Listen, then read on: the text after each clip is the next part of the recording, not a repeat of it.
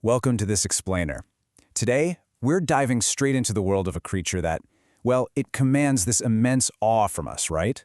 But it also exists in a state of surprising, almost hidden fragility, the wolf.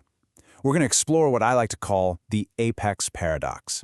It's this fascinating combination of undeniable, awe-inspiring power paired right alongside a stark, unsettling vulnerability. Okay, let's dive into this. Now, this might feel a bit close to home for some of us, but these undeniable top predators out in the wild are directly related to the very dogs currently sleeping in our living rooms. It's a pretty profound lineage, honestly. It kind of grounds our understanding of who they are and where they come from. But make no mistake, their biological role out there in the wild, it is entirely different from man's best friend. Biologically speaking, wolves are what we call obligate carnivores. And listen, this isn't just, some simple dietary preference or a lifestyle choice. It is the absolute fundamental core of their existence. Their entire biology, their bodies, and those deep-seated instincts are built completely around the stark necessity of hunting to survive.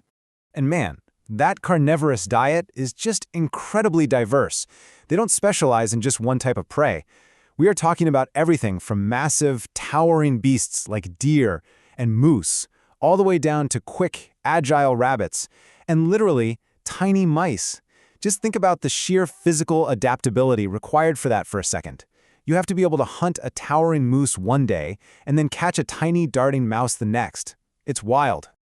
So to sustain that kind of wildly varied diet, you obviously need some extraordinary physical capabilities. I really want you to imagine just for a moment the sheer physical demands of surviving out there in the unforgiving wild. You absolutely cannot just rely on brute strength alone. You have to be incredibly fast, and you must possess practically limitless stamina. And that brings us to their athleticism. Wolves are literally constantly pushing the very limits of speed and endurance. Now, what's really interesting about this slide is this specific number, 38. Wolves can actually reach speeds of up to 38 miles per hour. I mean, think about that. That is an astonishing burst of speed for an animal of their size. And they use it at the absolute most critical moments, whether they're aggressively closing in on a hunt or desperately running away from something dangerous. But look, explosive speed, that's really only half the equation, right? What about endurance? Well, check out this number, 100. That is the staggering number of miles wolves have been known to travel in just one single day. Imagine covering 100 miles on foot through rough, rugged wilderness in exactly 24 hours. Honestly, it's an almost incomprehensible feat. But here's where the narrative sharply pivots. When you look at an animal that can literally take down a moose, sprint at 38 miles per hour, and trek 100 miles in a single day, you really have to ask yourself a serious question. What in the world could possibly threaten such an unstoppable athletic force? Well, the answer actually isn't a harsh winter. It's not a lack of prey, and it's definitely not a larger predator. When we contrast the traditional dangers of the wild against the reality of their modern existence, the absolute greatest threat to wolves is humans. Yes, despite their complete, unmatched physical dominance over their natural environment, it is human interaction that presents the single biggest danger to their survival. Our source material states it incredibly plainly. People have hunted wolves nearly to extinction in some places in the world. Just take a moment to let that sink in. A creature so perfectly adapted to rule its environment was brought right to the brink of extinction, not by natural forces, but by people. This stark reality really outlines the historical, deep-seated vulnerability of this incredible animal.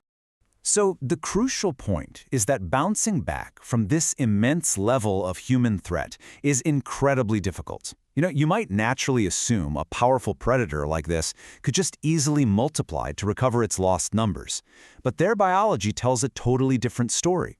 They're actually locked into a highly restricted, super delicate survival cycle. And that makes population recovery a really, really precarious process. And this brilliantly illustrates exactly why. Wolves only breed once per year. Once. And it happens exclusively in this really narrow window between January and March. Think about that. That is an extremely fragile biological bottleneck. If a pack faces severe losses during the rest of the year, they're stuck. They have to wait all the way until this tiny little time frame to even attempt to replenish their numbers. So we've examined their raw power, their staggering speed, that mind-blowing endurance, and of course, their direct relation to our own domestic companions. Yet, we've also seen just how easily this ancient top predator can be absolutely decimated, hampered by a fragile, once-a-year breeding window and just immense external pressure from us. And that leaves us with a pretty profound question. Can humans actually learn to coexist with the wild's top predators? It is the ultimate paradox of power and vulnerability, and it's one that continues to define the wolf's existence today. Thank you so much for joining me for this explainer, and I will see you next time.